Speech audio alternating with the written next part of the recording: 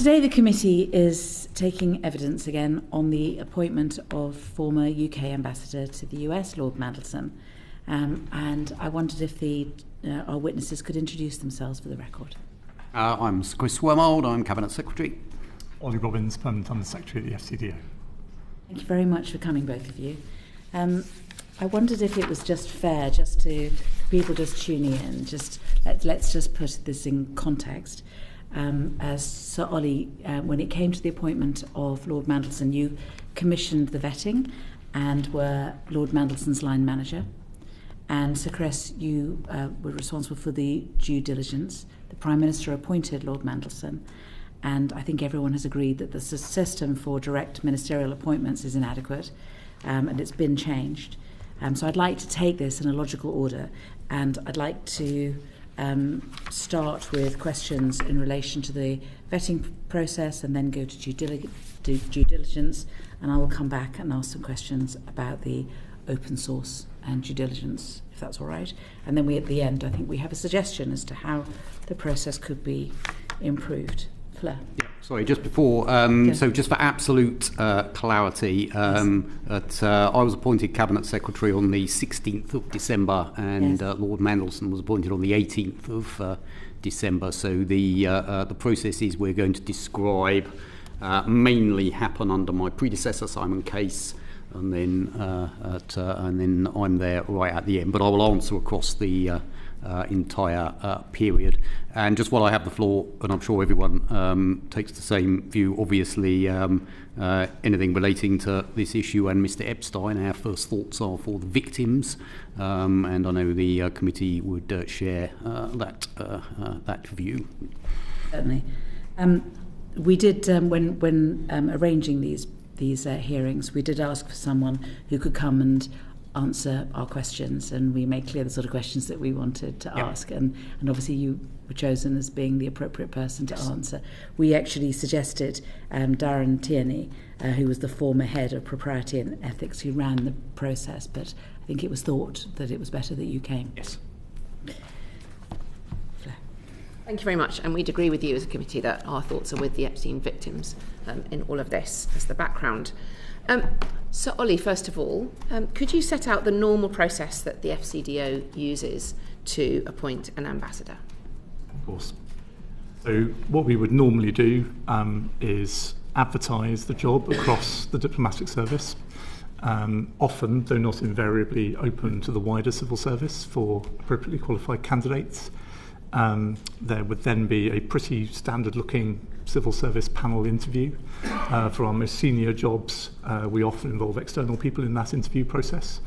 And then through internal governance, ultimately I take responsibility for a recommendation to the Foreign Secretary as the most appropriately qualified person, or occasionally people, for the job. And she, of course, then makes that recommendation herself to the King. And she's perfectly entitled to query my recommendation and ask questions about it. So when in that process does the security vetting take place normally? So in that standard process I've described to you, Ms Anderson, we are normally dealing with people who already enjoy the required level of security clearance. So for people, UK-based staff within the Foreign Office, from whom the vast majority of our ambassadors and high commissioners are drawn, they will already hold developed vetting clearance. So for Lord Mandelson's appointment, was it the same situation? He already had the security clearance and so didn't need to be vetted? And was there any difference from the normal process for his appointment? It was different because this was not run as a standard civil service / diplomatic service process. As the committee will probably be aware, there is specific exemption within the Constitutional Reform and Governance Act 2010 for heads of mission appointments from time to time to be appointed directly by ministers. This is known as political appointments, though they don't actually have to be politicians or even politically motivated. It's just the choice of politicians. And Lord Mandelson's appointment, as one or two others over the years have fallen into that category. To answer the other part of your question, he did not hold national security vetting when he was appointed. But as is normally the case with external appointments to my department and the wider civil service, the appointment was made subject to obtaining security clearance. Yeah, and Can I just ask, because you said some other examples, do you mind just giving some other examples of political appointments to ambassadorial roles? Yes, the only two from recent history, Chair, are Ed Llewellyn, Lord Llewellyn, who was originally appointed to Paris and then subsequently Rome when David Cameron was Prime Minister.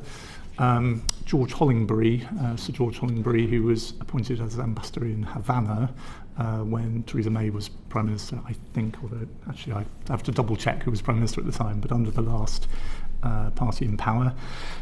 Going back further, and I think you alluded to this in the House of Commons when you spoke on it recently, Chair, we've had Lord Boateng in Pretoria, we've had Baroness Liddell in Canberra. So Valerie Amos, indeed, Baroness Amos. So there's no set pattern, as you know, but the sort of we seem to be in a kind of rhythm where there are one or two per Parliament, and there's obviously no specific provision for that number or volume in the legislation, but they're not terribly frequent, but they're not unheard of.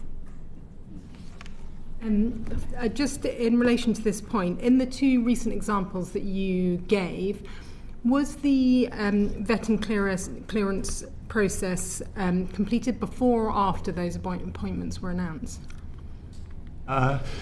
So the issue, I think, did not arise in the case of Lord Llewellyn in that he enjoyed developed vetting status as Chief of Staff in Number 10 as a temporary civil servant. I would have to double-check with Sir George Hollingbury.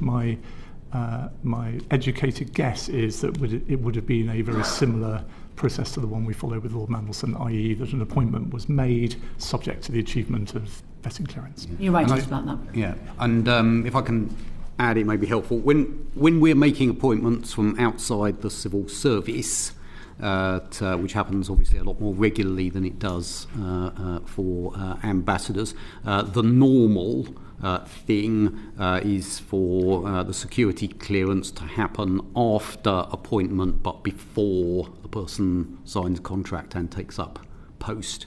So if we're recruiting a permanent secretary or similar from outside the civil service, that's normally what would happen. The security clearance process would happen after the announcement of the appointment but before the person takes up post, and the appointment would be subject to the security clearance being granted.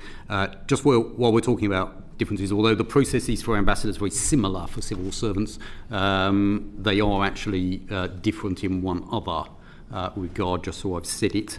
Ambassador appointments, again under the Constitutional Reform and Governance Act, are outside the ambit of the Civil Service Commission.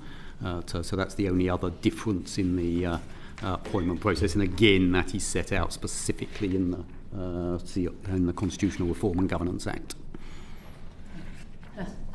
The question that could be asked in the panel interviews and that would be asked in the vetting would be, is there anything that you know of in your background that would bring the government into disrepute? Would that be asked in the panel, the interview panel that's asked, or would that be saved for the vetting or the due diligence process? So in the panels we run for external applications to the diplomatic service, we normally do offer an opportunity to the candidate to explain any further issues they want to make the panel aware of, and it would normally also be something we'd follow up. If we wanted to make an offer to a candidate, we'd offer another opportunity to disclose anything at that point as well. So yes. That offer was there. In the letter to Simon Hoare, the cabinet... Hang on, so was it asked? Sorry, Ms Anderson's question was specifically about what normal practice would be. Right. Okay, so in the interview for Lord Mandelson, was he given this opportunity? Could you tell us anything that would bring the government to disrepute, or that differently worded? Now, here, this is where the process that Sir Oliver describes is different. So there was no interview for Mr. Mandelson. It was done as a direct appointment by ministers, as Sir Oliver has described, and therefore there was no panel interview. That was the normal practice for direct ministerial appointments, whether they were ambassadorships or other direct ministerial appointments, for example, to the Home Civil Service or direct advisors.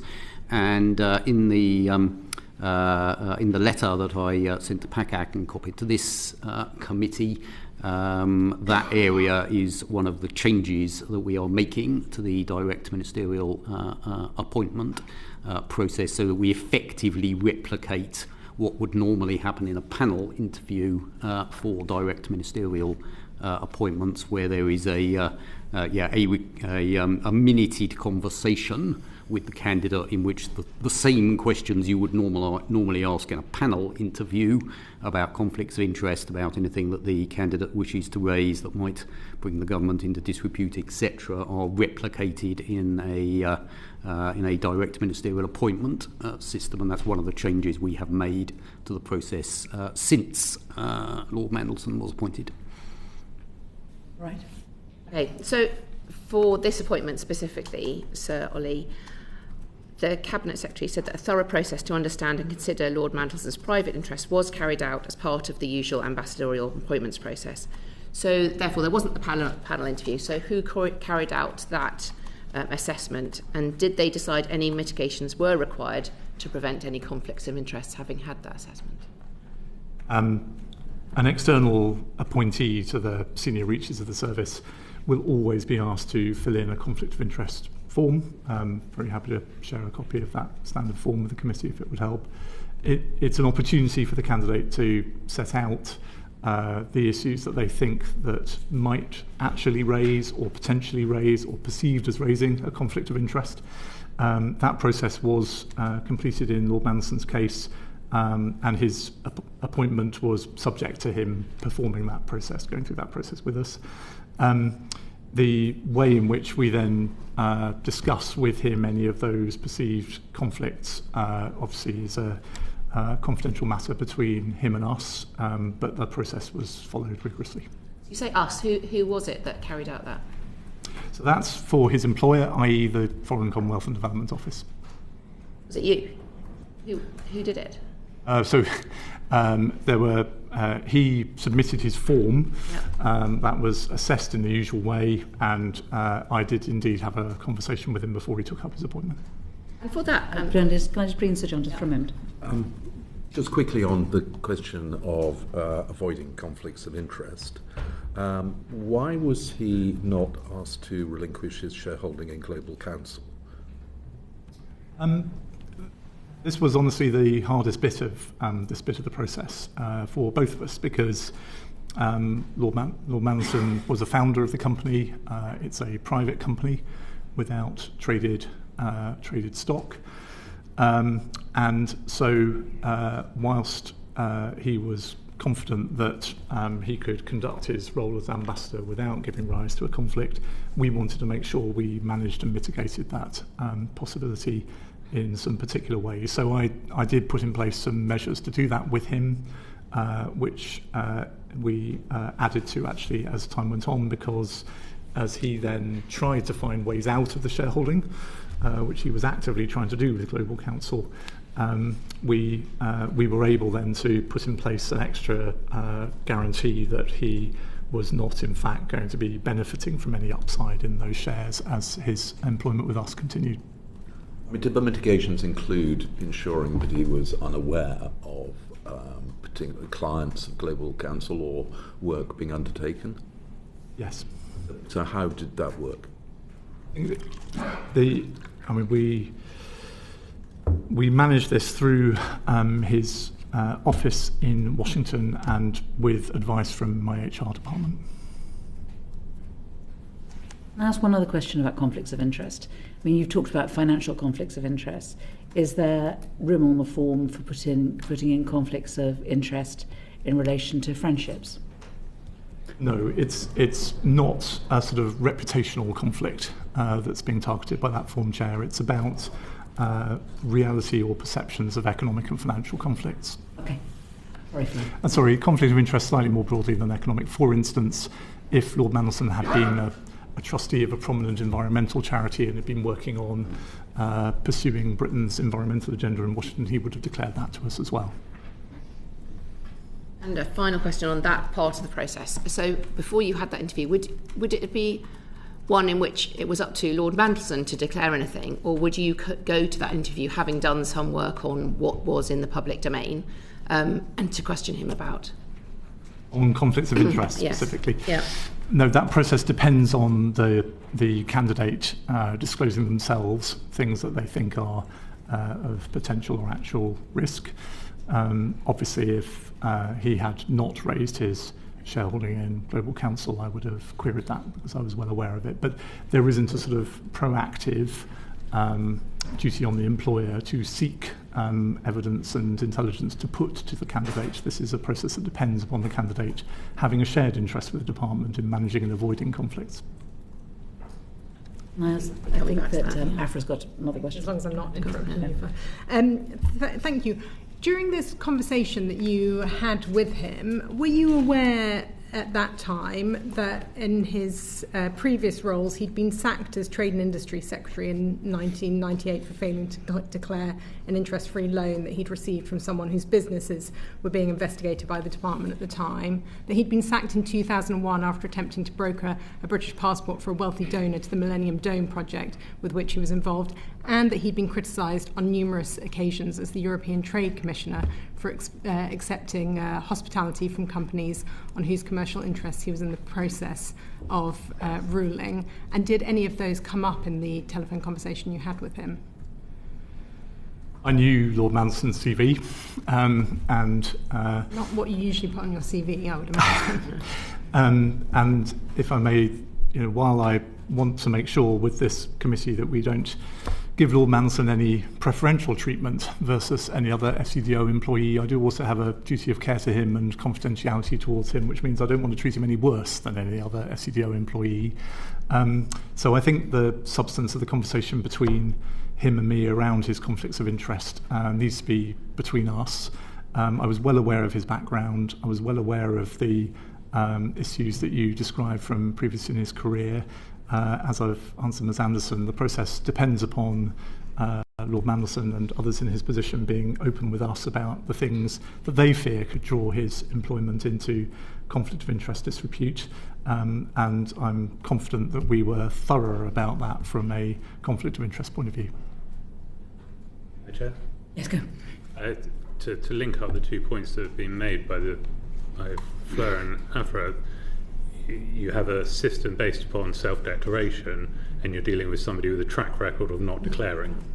So I think when Fleur makes the point, do you do any, in that situation, faced with somebody with a track record of not being 100% transparent on their conflicts of interest, is there not a duty of responsibility that you have to the department to ensure that you are informed, that you do that research beforehand to make sure that if they haven't declared anything, you are aware of it beforehand? I understand your question, and it's an important question. We had to, I think we do have a responsibility to treat candidates for these roles in a sort of fair and balanced way across the people that we see. And whilst I said in answer to Ms Brandreth's question, I didn't try and hermetically seal off from the rest of my mind the knowledge I had and the department had about Lord Mandelson's career and background. The system across the board is a self-declaration system on conflicts of interest. And so we thought it proper to run the same system for Lord Mandelson as we would for any other potential employee. The point is that he wasn't a candidate. So you say, we ought to treat him fairly as we would do any other candidate. But he wasn't a candidate, he was an appointee.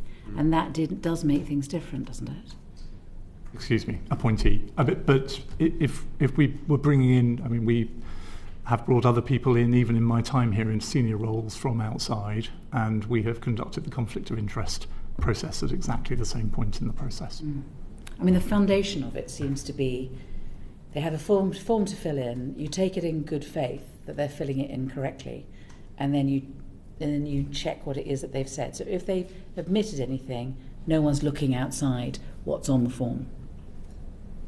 That's broadly correct, yes. And the only reason I say broadly is that there is also an assumption that, and it's a declared assumption, that your entries into that form are true to the full and true. Therefore, we would be confirming the appointment and issuing a contract on the basis of a full declaration. Yeah, and we ought to say, I mean, that is true of almost all conflict of interest systems. I believe it's true for the conflict of interest system operating in Parliament, that they are self-declared and then scrutinised. And it's certainly what we do in the wider civil service. We obviously have other processes that we will come onto, which look at things in rather more detail. On this point, yeah. When you say that you've got multiple people who have been brought in externally as appointments, what out of all of these appointments, how many of them have a public track record of not declaring conflicts of interest? Because if that's a systemic problem, then you've got a problem with the system. If this is a one-off, then it would suggest that in this situation it's worth having an alternative system. I don't know what Lord Mandelson would say about the accusation you have made about what he has done. But, as I say, we have several systems that run here, and our security is maintained by the interaction of those systems. We have a due diligence exercise that we will come on to. Wait a minute. I'm so sorry to cut across you, because I also want to remind the committee we are still on question 1. Yes. So, and so Chris is trying to move us on, and indeed I agree with him. We need to move on because there's the system of vetting that Sir Olly has talked about, which would be the normal way for appointing or having candidates for ambassadorial purposes. Then there is a further system that is also done by Sir Chris, and I think we need to make sure that we cover both. There are 3 processes. Yes, I know. Yes, and but I'm just trying to get on to process 2. Yes. So if I could just move on to process 2, and then we'll get on to process 3. And Umar, I'm sorry, but I just really want to get on to the next question. I'm so sorry. I have some follow-up to this. Go on then. Go on. Sorry. We're talking about systems, but seemingly none of your systems, whether it was system 1, 2 or 3, have adequately flagged any of the issues. I've got a copy of the letter here to the chair of PACAC where you've said due diligence largely collates publicly available information, and that a summary of reputational risks, including his previous resignations and his prior relationship with Jeffrey Epstein, has been flagged. But as those responsible for doing the due diligence and the vetting, did you not then flag to number 10 or to others that this is a very serious issue here? Regardless. Uma, we are getting onto that. I'm just trying to do it systematically. I'm so sorry. So what I want to do is to begin, because as I say, there are a number of processes. So we've asked questions about difficulties in relation to process 1. If Fleur can move us on to process 2. Yep. Okay. So Chris, so process 2 to move on to is the standard process for developed vetting, which I understand is the level of clearance that a senior ambassador, such as the ambassador to the USA, would have. Could you just give us some information about that process? Yes, so now we're not actually doing these things in chronological order, by the way. So the first thing we did was the due diligence, which we will do last. And in this case, I think the developed vetting, in fact, came last. I'll say some general things about developed vetting, the first of which it's carried out by the employing on behalf of the employing institution, the FCDO. So it would have been, in this case, the FCDO that commissioned the developed vetting. We publish a variety of information about what developed vetting covers, and we won't go beyond our published information. But basically, the checks involved are a baseline personal security standard, a completion by the individual of a DV security questionnaire, a departmental and company records check, which will include staff files, staff reports, sick leave returns and security records, a check of both spent and unspent criminal records, a check of credit and financial history, a check of security service records, a full review of personal finances, a detailed interview conducted by a trained investigating officer, further inquiries including interviews with referees conducted by a trained investigating officer. Checks may extend to third parties included on the security questionnaire, and the full review of personal finances will include an assessment of the individual's assets, liabilities, income and expenditure. That's all set out on the Cabinet Office website. Now, as I say, we don't go into further details of the developed vetting process, either in general or for individuals, for reasons that you will understand, but we do give that rather comprehensive description of what developed vetting covers. Now, the important bit, and this is where we're getting to in my exchanges with other members of the committee, is that is, of course, a proactive process. The conflicts of interest process we described is a self-declaration process. What I've just described is obviously a process of going and proactively looking at records, not simply a reacting to what either the appointee or the candidate tells us. So is there anything you want to add on the FCDO side? Thank you very much. So where in that process would the conversation about what are your what interests do you have beyond that, the personal interest that Epstein would have come up with the process which of those, the investigation? There's a couple of investigations at the end of that list. Is that likely to be where the conversation would come up? And then what is the end product of that whole process? Is there one report? I'll leave it to Sir Oliver to describe what happened in this particular case. We don't go into the details of what happens within the developed vetting process, either in general or for individuals beyond. So in general, which part of those processes would come up? The personal associations, which part would that be in? It's as I've described. So there is a detailed interview with an investigating officer which covers all the information that I've listed out. So that detailed interview, and the one with the referees as well, I presume that potentially that could be where it came out to. Again, I'm not going to comment on what happened in an individual. In general, you would expect that any issues that arose out of the research done would then be picked up in the various interviews conducted in the way I've described. And in general, what is the end product of all of that vetting? Does it all get put into one report, and who receives that report? The report is received by the employing department and the employing line manager. So in this case that would be Sir Oliver, and then a decision is taken on whether the relevant level of security clearance is to be granted or not, and what, if any, mitigations are required. Is that taken by Solly, by you? As you hand over the report, do you have the recommendation, and then Solly says yes? Just in, Chris, sorry. Just in our case, it may be different in other places, because almost all of the over 8,000 people who are UK-based people for the Foreign Office who work for us are subject to DV. We don't normally take those decisions at line manager level, let alone at permanent undersecretary level. We delegate the responsibility for receiving the report from UK security vetting to our personnel security team in the Foreign Office. Obviously, the vast majority of these are relatively straightforward. Ones that require more senior judgment and potentially a discussion of managing and mitigating risks are escalated appropriately. Did you see it? I'll ask a quick. Wait a minute, I want to get on to Uma, and then we'll take some other questions. Come on. Thanks, Chair. Sorry, I'm trying to gather my thoughts because there's a lot that's coming our way. So, to reference the earlier question I asked, there were a number of vetting processes. You've just set them out, but did none of those flag that a well-publicised friendship with the world's most notorious paedophile might be a problem to the government?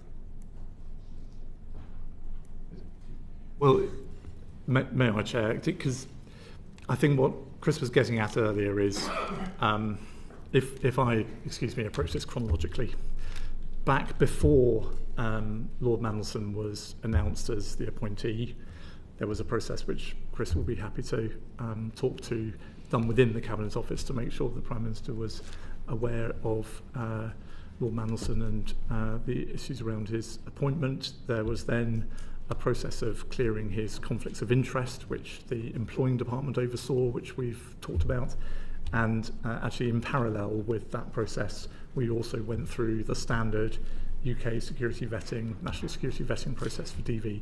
So I think one of those processes where we can confidently say the relationship with Jeffrey Epstein was indeed surfaced was the first of those processes. As Chris has explained to you, which is the due diligence one, just to make it absolutely clear. We're not clear. at liberty, just to at risk of being boring, we're not at liberty to say whether or not it would have come up during the national security vetting process. And it was not regarded, it would not have been regarded, I would have been surprised to see it on a conflict of interest form, because that's more about offices, interests and assets that you hold that have a bearing on the government's reputation. Do you think your due diligence and vetting process is fit for purpose given what we're discussing? Well, on your original question, and we'll cover this when we cover the due diligence exercise, and as I put in the letter to the committee, all public knowledge about Lord Mandelson from the open source due diligence that we did was included in the due diligence, including his relationship with Mr. Epstein.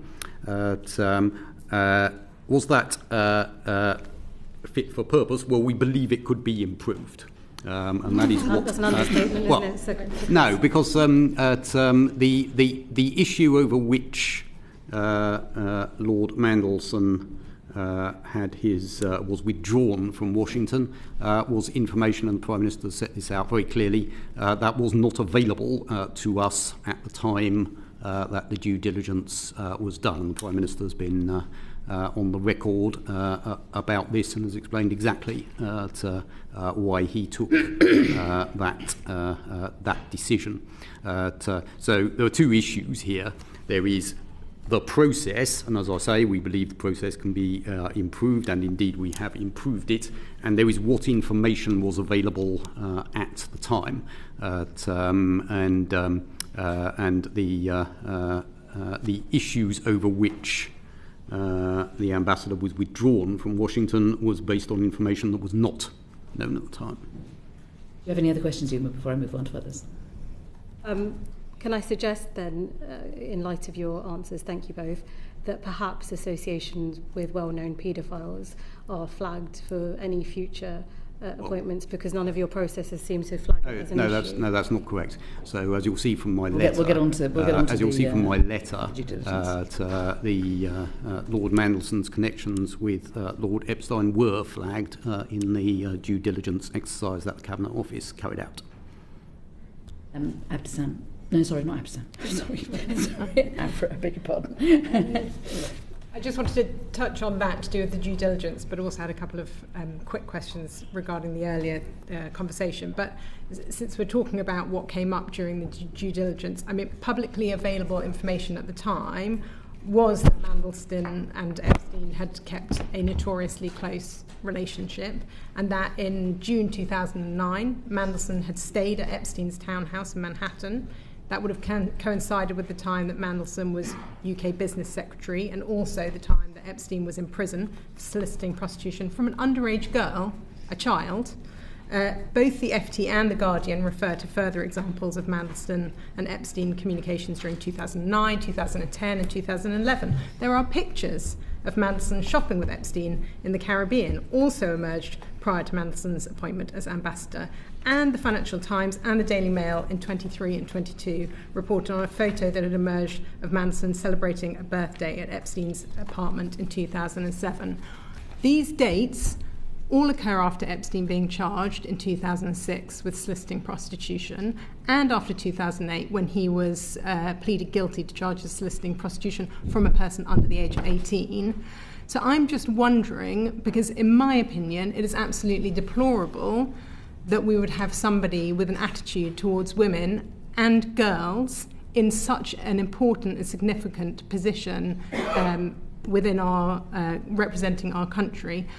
At what point were questions raised about whether that was appropriate, and why does it seem that suddenly a small additional bit of information would tip the balance on that being at one point deemed appropriate to then not appropriate?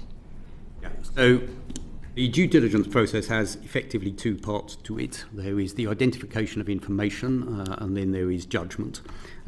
On the identification of information, which is the due diligence process that was run by the Cabinet Office, I refer you to the second bullet point of my letter to Simon and this committee, where it sets out the reputational risks that were identified in relation to Jeffrey Epstein, including the media reporting.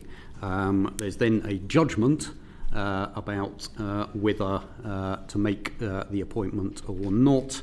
And as I say, the Prime Minister has set out in quite some detail in his media interviews the judgment he took, and then the further information that came to light, I believe in September, which certainly the Prime Minister and I don't think quite a lot of other people would describe as minor, which were the new and previously unknown emails that led to the decision to withdraw the ambassador to Washington. All of the information that I read out was shared with the Prime Minister prior to his appointment and was considered not sufficient to cause concern about appointment. It's the information set out in bullet 2 of my letter. Could you, just because I have quite a lot of paperwork in front of me, would you mind reading out bullet 2? A summary of reputation. So, in the case of the former HMA Washington's appointment, the report, that's the due diligence report, included a summary of his professional and financial relationships and an initial assessment of what steps may be required in order to resolve any potential conflicts of interest in order to take up the role. And then the key bullet point, a summary of reputational risks, including his previous resignations as a minister. I think previously someone suggested he was sacked. I think he in fact resigned. And his prior relationships with Jeffrey Epstein. This section included direct extracts from media reporting and notes of a general reputational risk. The only information which was not already in the public domain at the time is a reference to official records which have since been disclosed by the National Archives, which relate to a Tony Blair meeting with Epstein that was facilitated by the former ambassador at the time. A list of the former ambassador's previous political and non-political roles, and a section on internet searches which summarises news reporting available at the time. So that is what the due diligence exercise covered. I think the answer is yes, really, then. It is exactly as I set out in my letter. Can we just go back to, again, I'm sorry to be so boring and just trying to keep structure here, guys, but can I go on to Abdesam, and then let's just try and get through, and then we'll move on to the due diligence process with Phil. It's fine, and I think my question relates directly to my colleague's question. In terms of timescales, so he was appointed on December 20th. That's the date of announcement. Were you asked to fast track the vetting process? Because that's a very short time frame to appoint somebody of such a senior position. There is provision within our, and I think most departments, arrangements with UK Security Vetting, who do the vetting process, that we're allowed to ask for a number of priority clearances every year to make sure they sort of jump the queue to be done earlier than others. And we use that for Lord Mandelson. It doesn't mean there is any difference in the process. And it's a standard product that UKSV offer. So yes, it was faster than some people's clearances will have been. That's not because the process was different. It was because we advanced him up the queue. And so, in any of that process, was any part skipped or removed or stripped entirely? No. Nothing was removed. Okay. And do you think you had sufficient time to carry out meaningful checks? So, as what I can say to you, Ms. Mohammed, is that I am absolutely confident that UKSV undertook the process in precisely their standard way, doing all of the checks they would expect to do, and we had ample time to assess and decide on the basis of their work.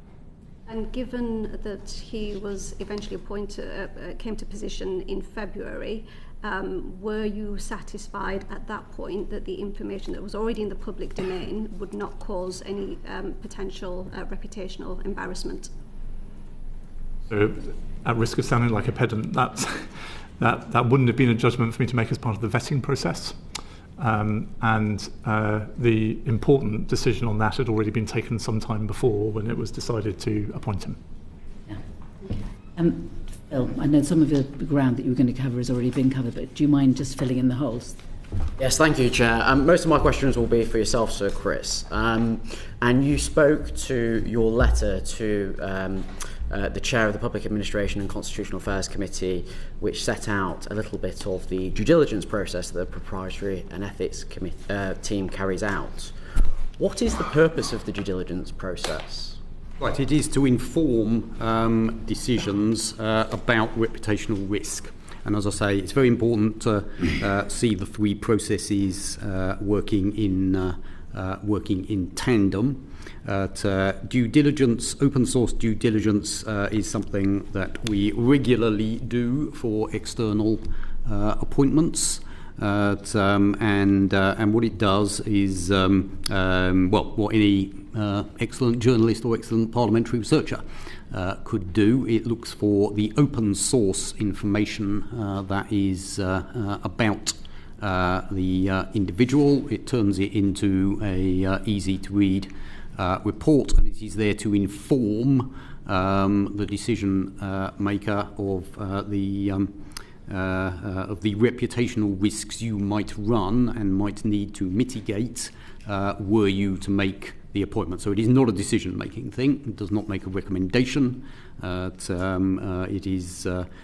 raises questions, and it's then for the decision maker, which in this case was ministers, to decide if those are reputational risks that they are prepared to bear, and what mitigations would be needed were the person to be appointed. That's very different from the process we just described, the security vetting service, which does lead to specific recommendations, which are then taken by the department in question. So that is what it is for. It is to inform the decision maker of potential reputational risks.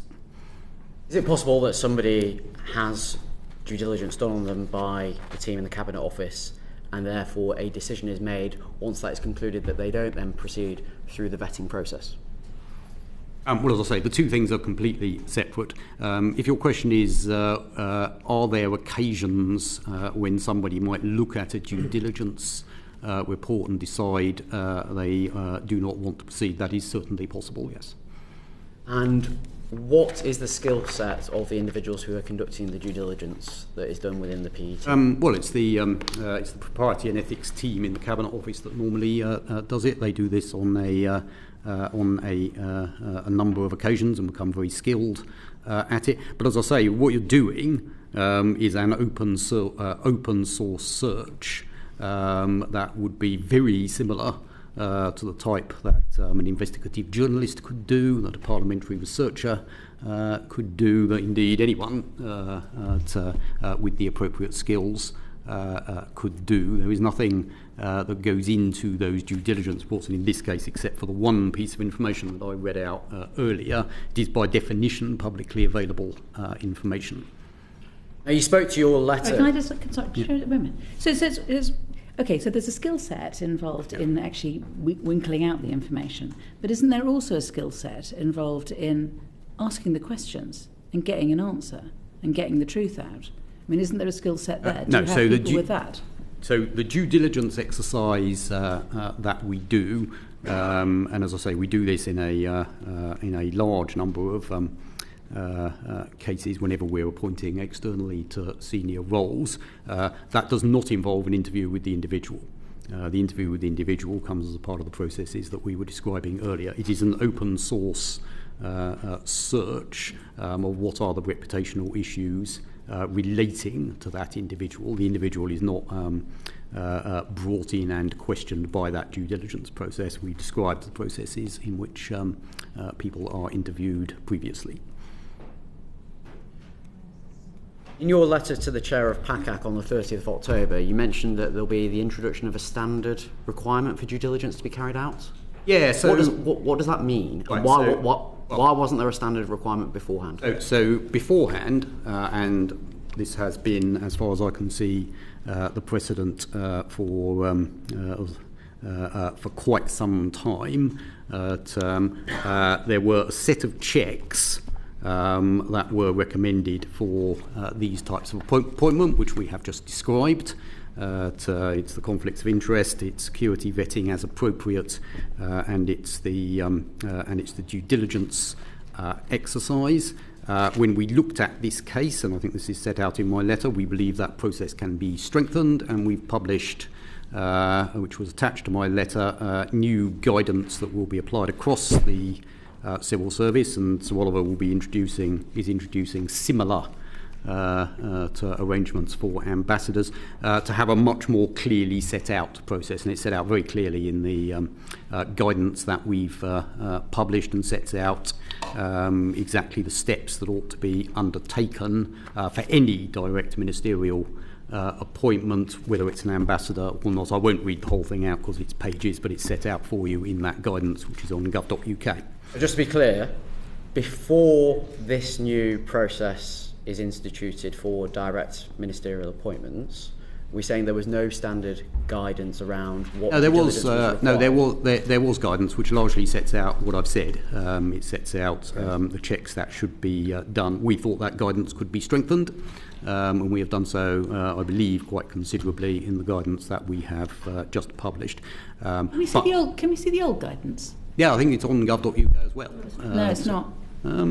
Pretty sure it is. No, I found it there. Anyway, we'll post it. Well, we're incapable of finding it. So could you send us a copy? I'm more than happy to send it to you. But I set out the main changes in my letter, along with the new guidance. Again, I won't read them out for time. My final question: we talked about departmental responsibilities earlier. As I understand it, it was the Cabinet Office that did the due diligence checks. Yes.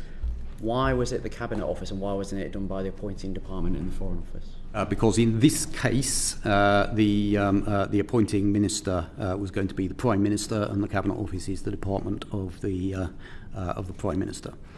Is that something that will be looked at in the future in terms of making sure there's a handover of information from the Cabinet Office to the Foreign Office, where there is a direct... I don't believe that was an issue in this case, or indeed in any other cases that I'm aware. As I'm saying, what shows up in due diligence is all publicly available information, and is therefore by definition available to any other department. And as I've described in the security vetting process, all that information would be identified again in any case. But in future, direct ministerial appointments are going to have due diligence done by the department that has decided they want to do direct ministerial. It's not going to be done by you, isn't that right? We do it on a practical basis. So very frequently, PET acts on behalf of another department. I'm relying on this guidance. Yes. And so the responsibility. There's a difference between the responsibility and then who physically does it. Mm-hmm. So the responsibility is on the appointing minister and the appointing department. Whether that department happens to have people with the skill set you were describing earlier, or whether they wish to commission Cabinet Office or someone to do it on their behalf, but the accountability to both commission it, receive the information and take the decision is on the appointing department. They won't be able to point fingers at the Cabinet Office. They'll have to take responsibility. I don't think there's been any finger pointing in this case. We have described the processes that went through. Before we move on, I think Dan has been waiting for some time, and Fleur and Afra. I just want to pick up a loose end from the questions that were asked to Sir Olly on developed vetting. You said they were submitted to a vetting team in the FCDO. So for all staff who have developed vetting, those reports are received by a vetting team. We have a personnel security team and that is responsible for understanding and setting policy around personnel security for the department as a whole, including receiving recommendations. They can be escalated. They can be. And so in your time at the FCDO, how many have been escalated? I don't have numbers on that, and to be honest, I think this falls under Chris's general warning that the further we get into this, the more difficult it is to maintain the integrity of the vetting system. Was Lord Mandelson's one that was escalated? I certainly can't comment on that, I'm afraid, for the same reason. Fleur and then Afra.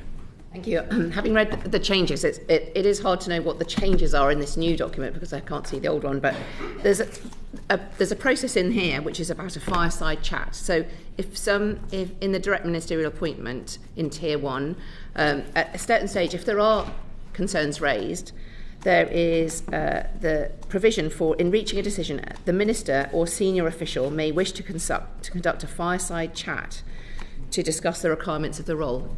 Does the fireside chat mean that it's sort of off the record? What is that part of the process? So was that held with Lord Mandelson? So what we're trying to do here, and Sir Oliver touched on this earlier, is we are seeking to replicate for direct ministerial appointments exactly what we do for advertised appointments, as it were. So it's reasonably standard practice when we are doing very senior appointments, permanent secretaries, etc., for the minister to hold a fireside chat with the individual in question, which is not part of the decision-making process, which is why it's described in that way. For senior civil servants, a civil service commissioner would be present to ensure that the process was being followed properly. We do that when we externally advertise a job and have several candidates, so we're replicating that for direct ministerial appointments.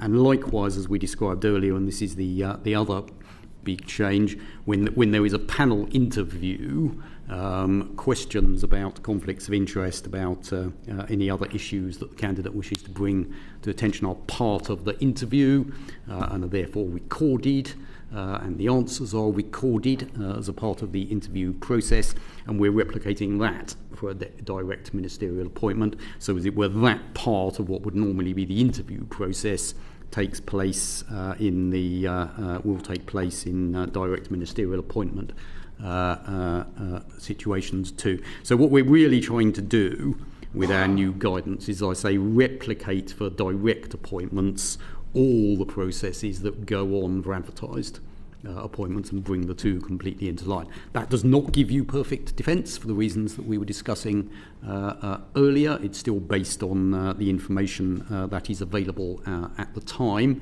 but we take the view that there ought to be consistency in the level of rigour between the two types of appointment, between the advertised appointments and the direct appointments. And as I say, while that doesn't create a system that will never make mistakes or never fail, if it's appropriate for one, it's appropriate for the other. So did the fireside chat part of it come up in Lord Mandelson's appointment, and where in the order of it? No, so this is something that we have added, as I say, to replicate what we do for advertised appointments. Okay, I've got Afra, and then I think I've got Ed. Thank you. I just want to try to understand this a bit more, because I think to many people it feels like common sense was perhaps thrown out the window. Publicly available information about vetting says that the vetting interviewer will ask about friends and associations. So one might assume that as part of that process, I appreciate you're not going to tell us the detail of it, things came up about Mandelson's relationship with Jeffrey Epstein.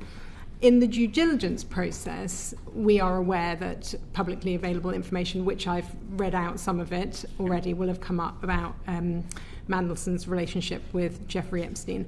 I'm just wondering whether any of this information at any point, in any way, triggered anybody at the Cabinet Office or at the FCDO to ask any further questions to establish the full context of the former ambassador's relationship with Epstein.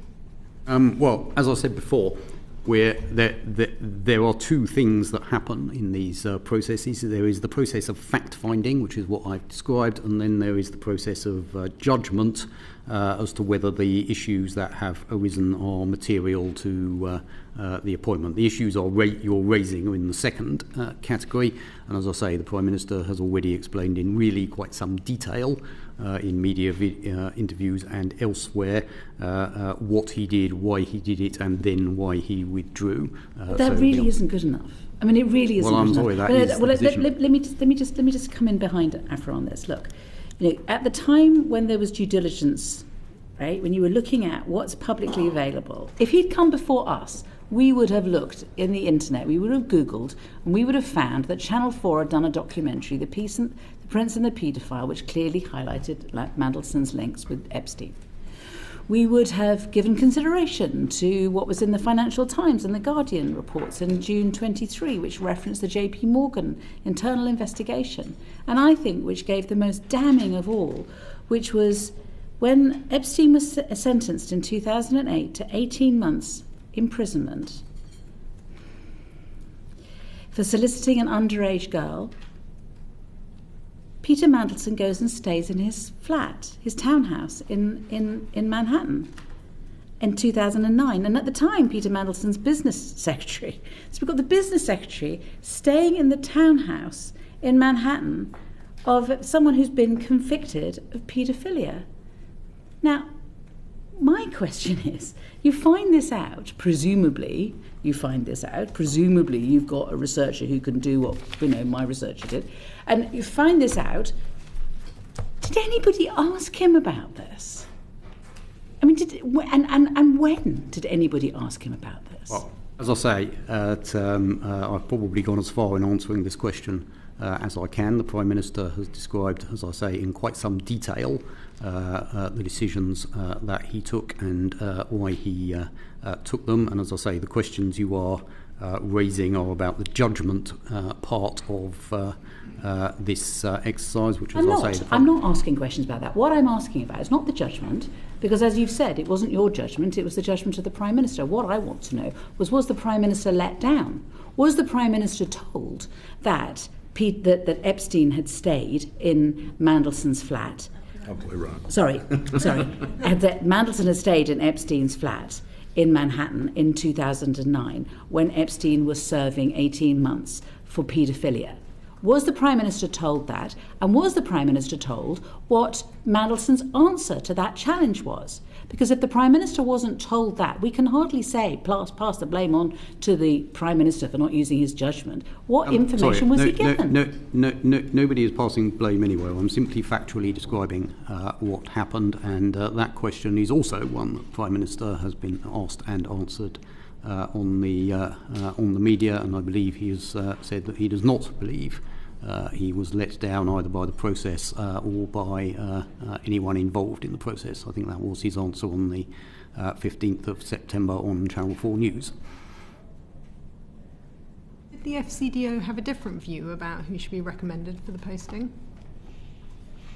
By the time we're describing, it was clear that the Prime Minister wanted to make this appointment himself, and had therefore I understand that the FCDO was informed of his decision and acted upon it, and via the Foreign Secretary sought and obtained the King's approval for the appointment.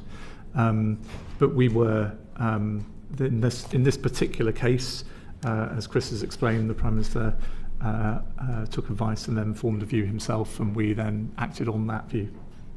Just so we're clear, the due diligence report that was produced by the Cabinet Office goes to the appointing minister, in this case, it's the Prime Minister. So the Prime Minister received that report, which should have contained all of the information pertaining to Lord Mandelson's relationship with Jeffrey Epstein, according to your own submission to PACAC, which is that it included reference to his prior relationship with Jeffrey Epstein.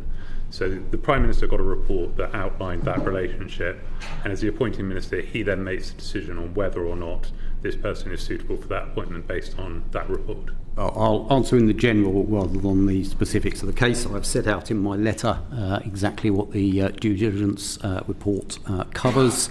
The process then for any direct ministerial appointment would be that is shared with the appointing minister, and they take the decision.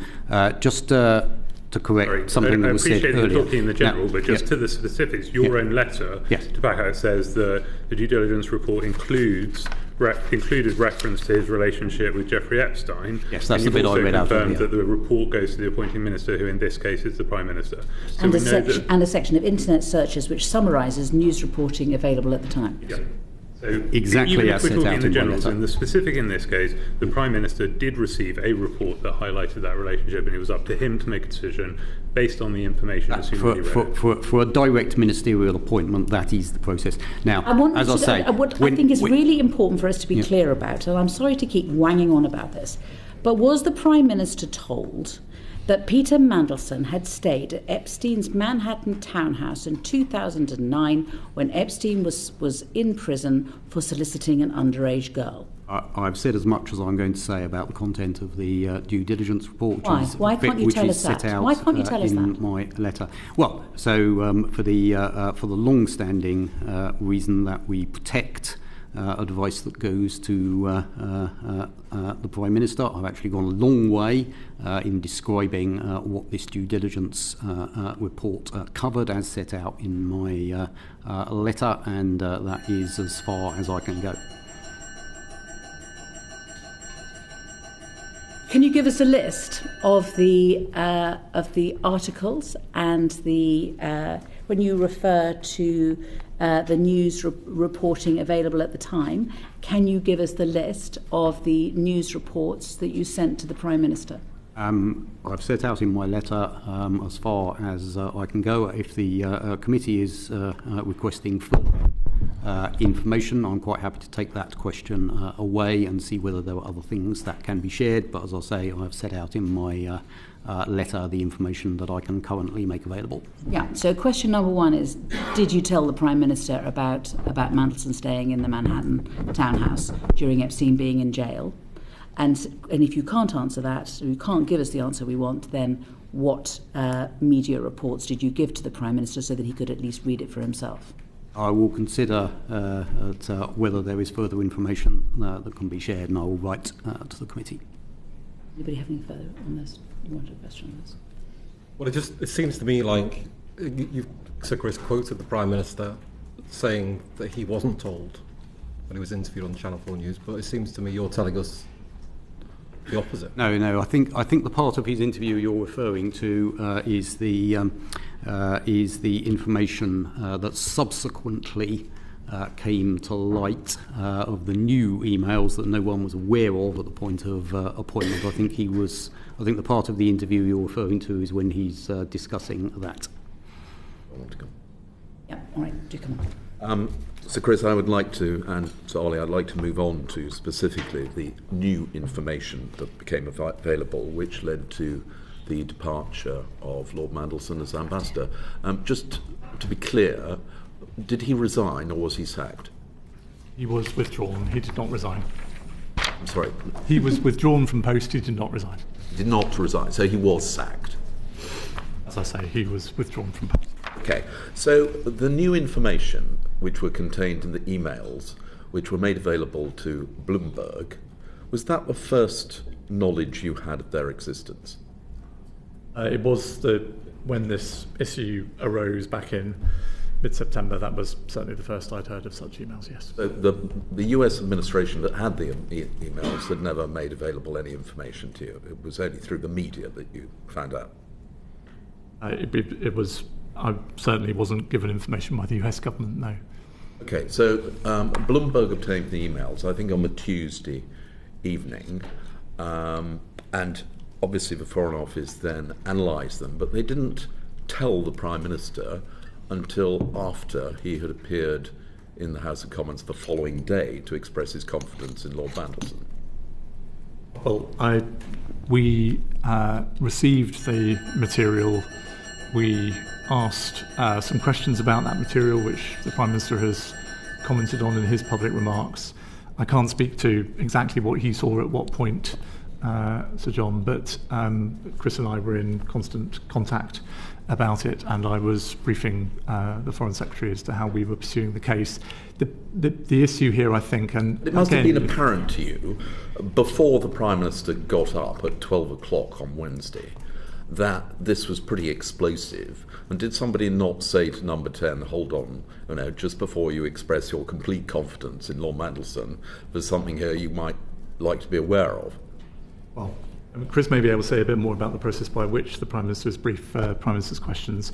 The fact of this media inquiry, which obviously I knew about, was also known to Number 10. Chris and I had discussed it, and the Foreign Secretary, Chris, and I were clear that this needed to be dealt with sensitively and as a management issue. We needed to be, I know in the kind of context and tone of this hearing, this may sound naive, and forgive me for that, but I needed to behave to Lord Mandelson as an employee to whom I owed a duty of care. He was in an extremely exposed position, and I had to make sure I was thinking about and looking after the way in which we were dealing with him, and dealing with him fairly and transparently.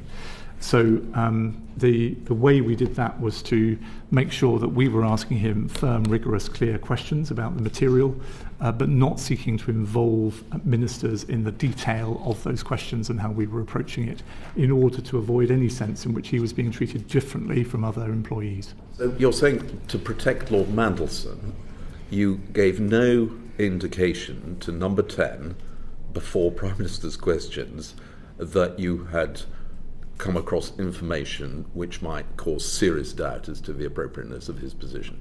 Correct me if I'm wrong, Chris, but I think the Prime Minister's on the record as saying he was aware that there was a media inquiry before Prime Minister's questions. He knew that we were in touch with Lord Mandelson about these issues.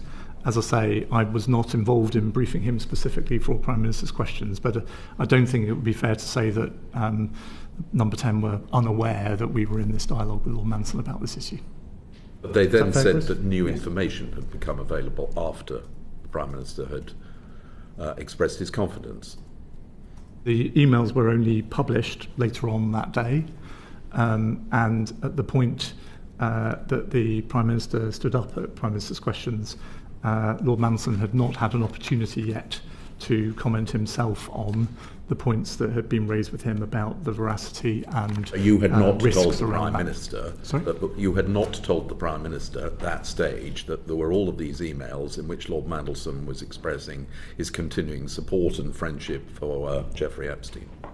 I had not personally spoken to the Prime Minister about it, no. Well, what about your department? And the department briefs Number 10 prior to Prime Minister's questions. As I say, I was not involved in briefing the Prime Minister for Prime Minister's questions, but as I think the Prime Minister is on the record himself as saying on the 15th of September, he was aware of the existence of the media inquiry and he knew that official inquiries were being pursued. Chris, do you have anything to add? No, Sir Oliver is completely correct, and again the Prime Minister has answered these questions in detail in his media interviews, both what he knew before PMQs and why he took the decision after PMQs. He does say that in retrospect, and I'm quoting exactly, it would have been better if I had been shown the details of the material before PMQs. But this goes back to what the Chair was saying earlier, that the Prime Minister is under fire essentially because the Foreign Office did not properly inform him. No, I don't think that's true at all. So the Prime Minister, as we've said, was aware that there was an issue, but not the nature of that issue. The investigations into the nature of that issue were underway at the time. It was an extremely fast-moving situation. The situation clarified itself later that evening, and the Prime Minister took the decision that he took, as the Prime Minister says. I'm sorry, but the point is this, isn't it? You can tell the Prime Minister there is an issue and that is being clarified.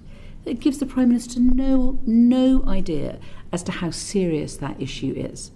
So, it's true. So saying, oh, there's an issue, we're clarifying it, will mean that the Prime Minister is likely to say, as one would hope as a good employer in the end, that he would say about everybody, is I have confidence in my staff. Because no one's told him anything other than that. But you had the information and you were keeping it to yourself and letting the Prime Minister down, weren't you? No, I don't think that's the case at all. Now, you make reference to good employers, and I'm sure everyone on the committee does this with their own staff. If there are issues, you wait until you've investigated them properly, certainly before you say anything about them in public. And as Sir Oliver says, although he's a very high-profile individual, Lord Mandelson deserves to be treated as any other employer. That at that point you had some allegations from a media organisation that clearly needed allegations. It was copies of emails. Well, that needed to be looked into in the course of that day. That was completed, and the Prime Minister must have realised that the contents of those emails were explosive. That it completely changed the perception. Well, no, it was consistent with him staying. Sorry, I'm banging on this again, but it's consistent with him staying in Epstein's townhouse when Epstein's in jail for paedophilia. Well, clearly, the emails that came to light, and as the Prime Minister has said, were game-changing in terms of what was known about. They were game-changing, but you didn't give any indication to the Prime Minister of their existence. As I say, he was briefed on the existence of an issue, but at that point, the investigations into those emails had not been completed. Let me get to Uma.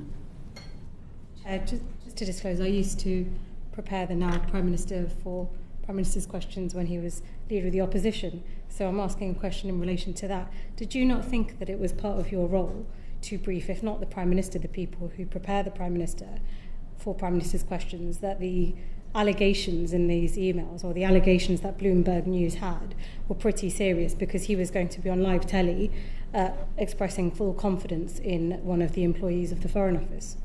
Well, I don't personally get involved in the briefings for Prime Minister's questions. I would expect that major issues... The severity of this issue warrant an intervention.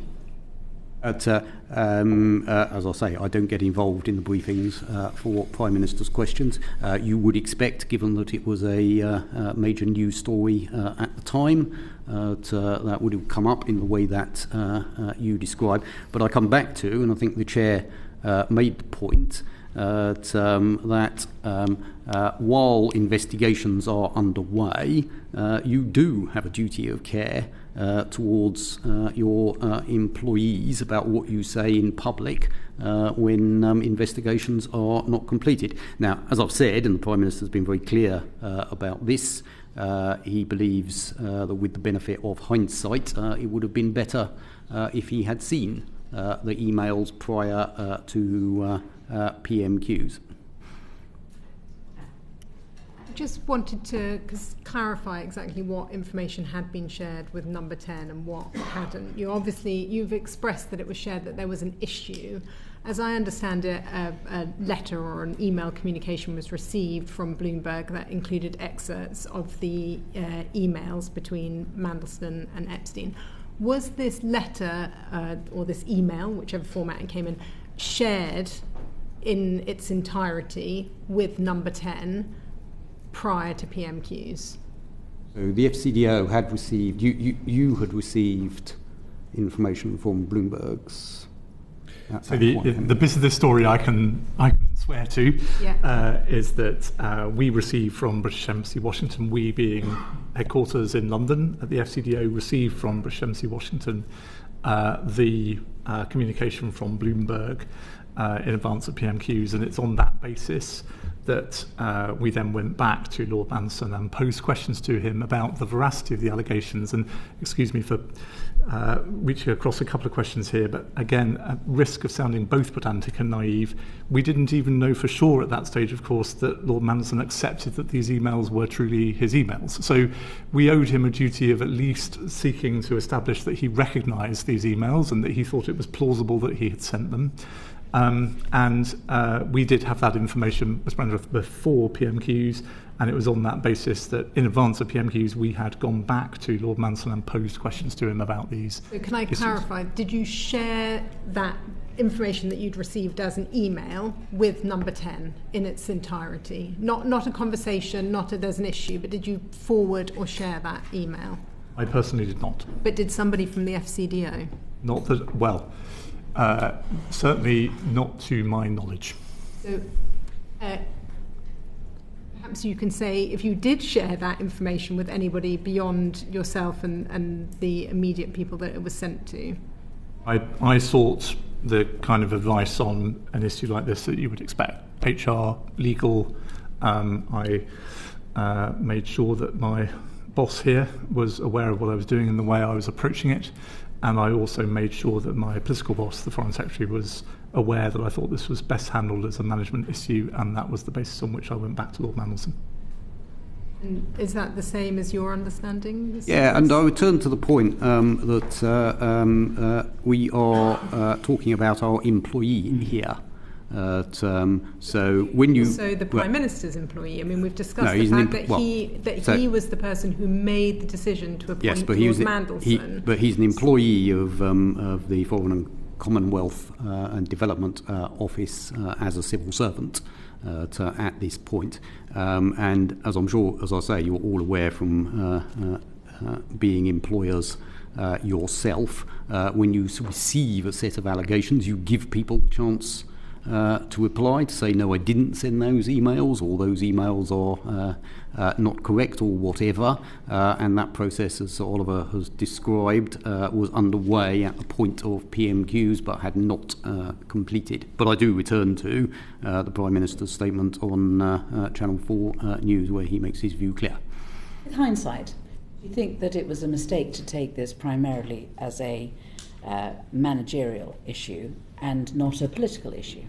No, because, as I say, although this is a high-profile individual with a political past, he's also an employee, and he has all the rights of an employee, and he deserves to be given the same opportunities to rebut accusations as any other employee. Now, it obviously is a political question as well, in that it was raised in the political field and by journalists and by the opposition at PMQ, so it is clearly both.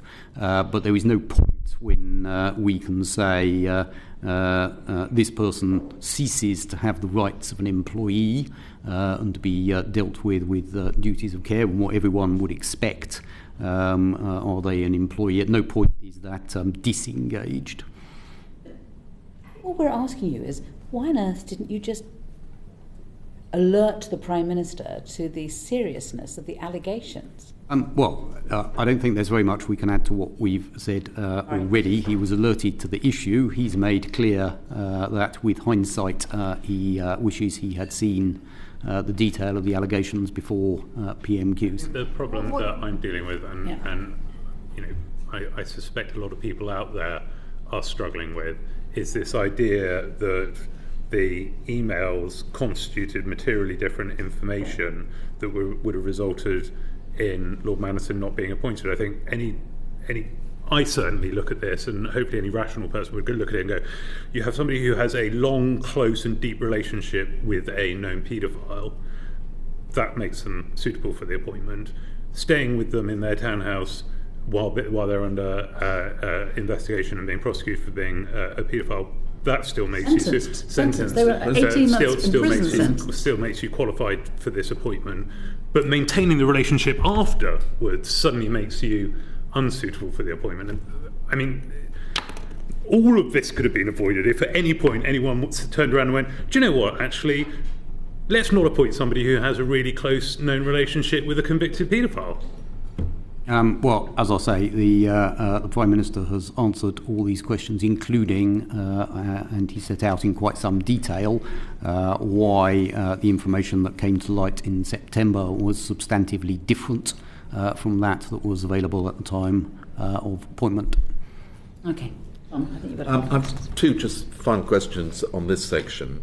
So, Olly, you made clear that Lord Mandelson was withdrawn from his position. He did not resign. Is he still on the civil service payroll? No. He's not? No, he's not. Is he receiving any kind of settlement or payoff? We have dealt with him, as I hope you'd expect, in accordance with his contract. So what's the answer? It being an employment contract, that is confidential between us. But we have dealt with him in the way he has contracted with us. He was sacked, so is he still entitled under his contract to a payment? I'm sorry, Sir John, as I say, the way in which we deal with individual employees' termination under their contract must remain confidential between us. So I'm not at liberty to say whether a settlement was made in his case. All I can tell you is it was done absolutely in accordance with his written contract with us.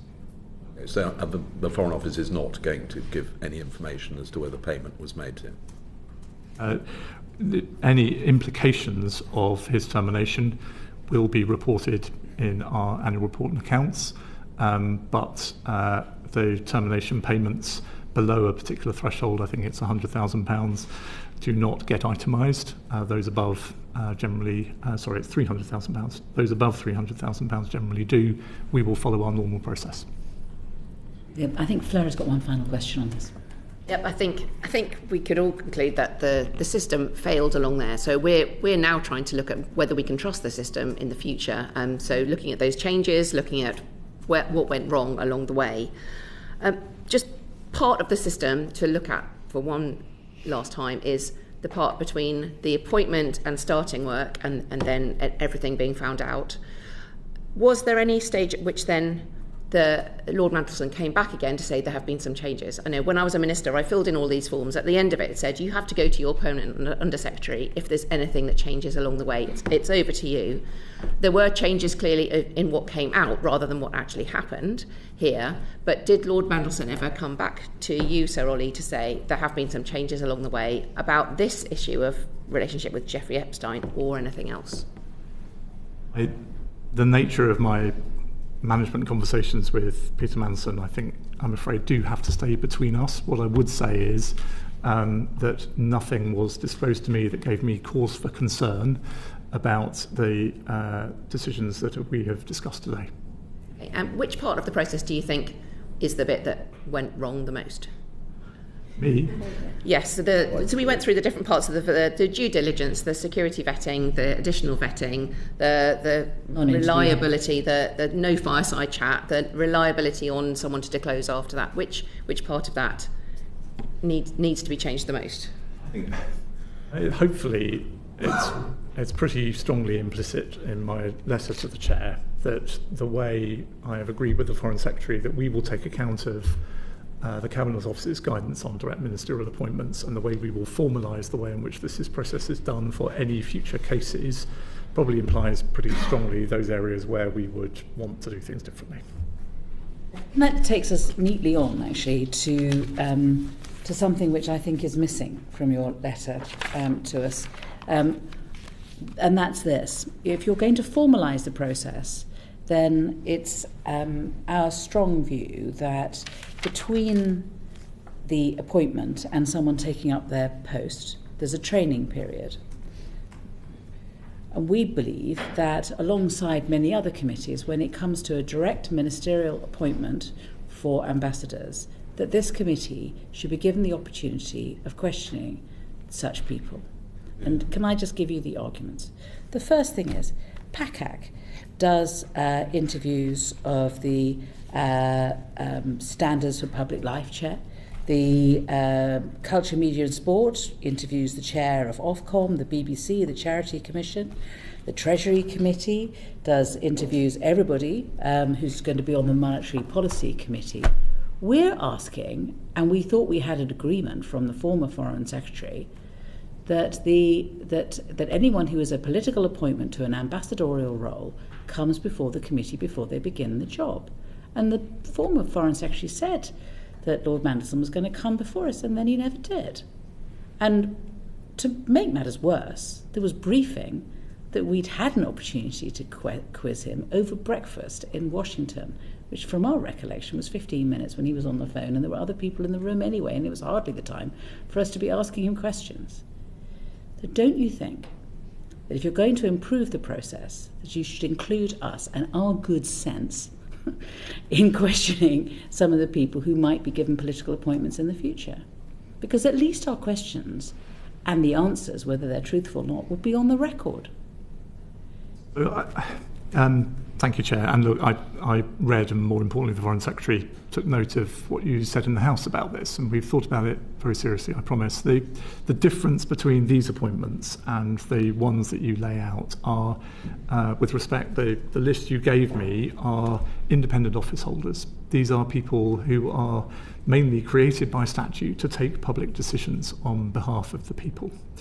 And the appointments that we are talking about today, and indeed in the wider civil service, as Chris can talk to, are appointments for people who operate under the hand of ministers. They do not have a separate constitutional or statutory authority.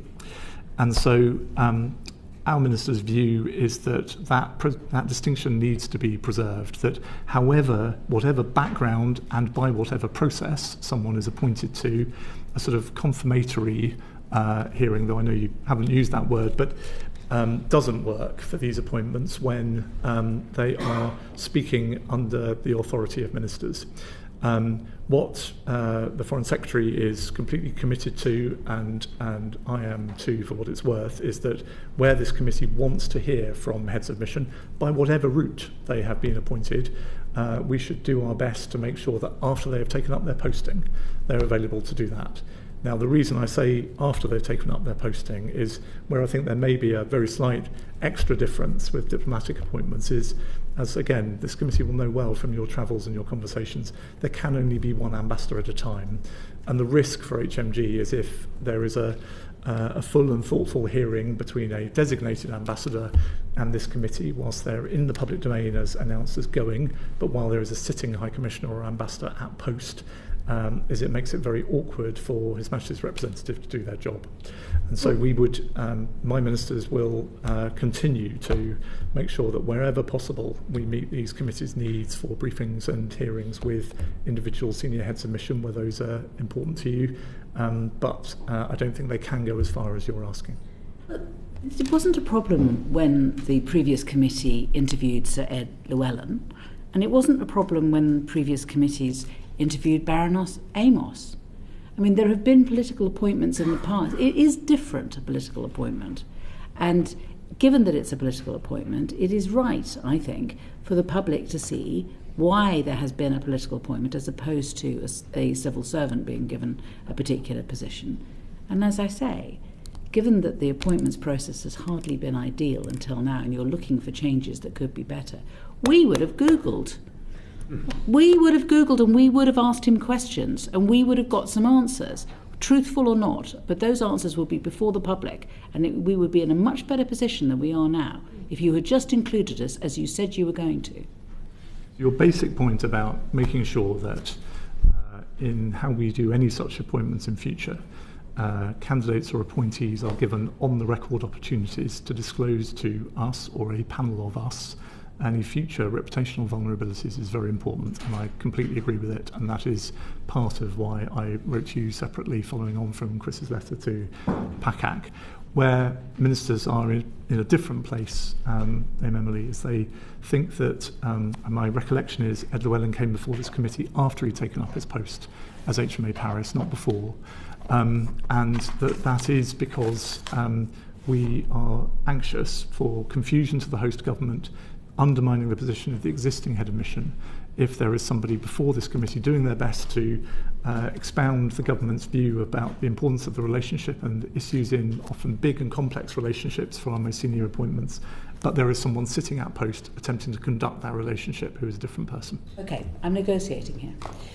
Why can't we have someone then, if that's what you insist, we want to have them within the first 3 months, because we were promised when we were told, well, Mandelson can't come before he takes up the post, but he'll come as soon as he's back in Britain.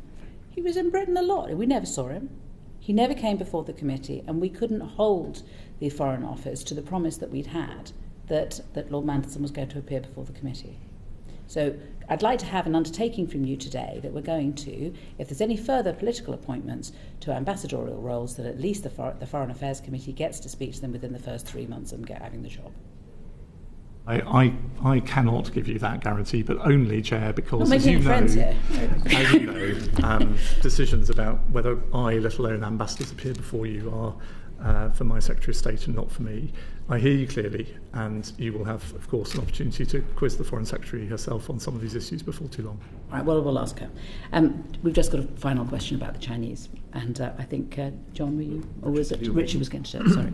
Just really reflecting on lessons learned. Oh, sorry, Richard. And thinking about these direct ministerial appointments, we've reflected today that the government made changes last month to the process for making direct ministerial appointments. Yet we've learned that the new process has actually introduced a so-called fireside chat between the political appointee and the minister who appoints them. So it sounds almost as though it's becoming more cosy and less transparent. No, that's not true at all. Well, can I ask then, we have Sir Ed Llewellyn, who is currently undertaking his second diplomatic posting in Rome, when it actually says that really by rights these things ought to be appointed for a specific term. I think the wording is the standard posting length or to the end of the Parliament, whichever is shorter. Was Sir Ed not subject to the Diplomatic Service Code, which already said that political appointees should only undertake one posting? Lord Llewellyn's appointment was reconfirmed by the incoming Foreign Secretary after the general election. So the point about, he, unusually in partisan terms, he was a political appointee of this Labour government from July 2024. Olly, can I ask you a separate question? It's been recently reported that you have visited Beijing. Can you tell us what was the purpose of the visit, and did the subject of the embassy come up? Absolutely, thank you, Sir John.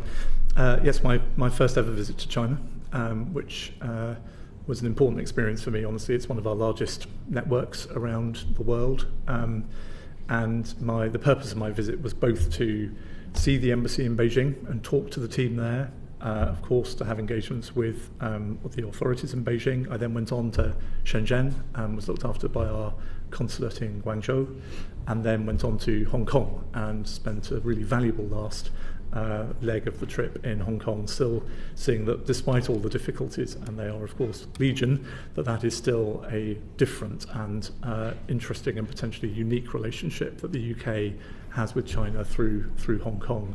So the purpose of my visit was of course partly to educate myself, honestly. This is, we can't escape the importance of China in the modern world, second largest economy, etc. You'll know all the statistics. But pastorally, it was very important to me. This is a big chunk of my staff overseas, and I don't want to be impolitic, but it is a chunk of my staff who face unusual pressures, and I wanted to understand those pressures and hear from them myself about some of those pressures. Did you meet Chinese officials whilst you were there? All sorts of pressures, Sir John, which I won't go into in this. I understand that. But did you talk to the Chinese? And I have raised some of those issues myself with the Chinese authorities while I was there. So, of course, the Chinese authorities, as is firmly in the public domain, are very focused on their planning application for their own embassy here in London. And they, of course, raised those issues with me while I was there. But the purpose of my visit was quite a lot broader. And I know you know this, John, but obviously the planning decision is a quasi-judicial decision for the Secretary of State, for the relevant Secretary of State. Thank you. Can I ask one last question, Sir Chris, of you? You'll be aware that there has been quite a lot of speculation about your own position. Do you expect to remain in post for the foreseeable future? I certainly hope so. Now, you never want to read stuff in the press, as you and I expect all members of the committee know. That is the price of public life at the moment, and I suspect various members of the committee have had considerably more unpleasant things written about them. You go on with the job. media speculation is exactly what it is, and I'm sure Sir Olly would agree with this. Our job is to get on with the job for which the taxpayer pays for, which is what I will be doing. Yeah.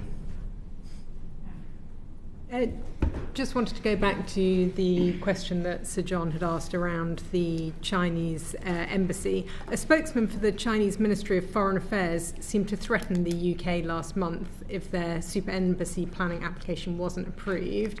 They said, "We once again call on the UK to fulfil its obligation and honour its commitments at once. Otherwise, the consequences arising therefrom shall be borne by the UK side."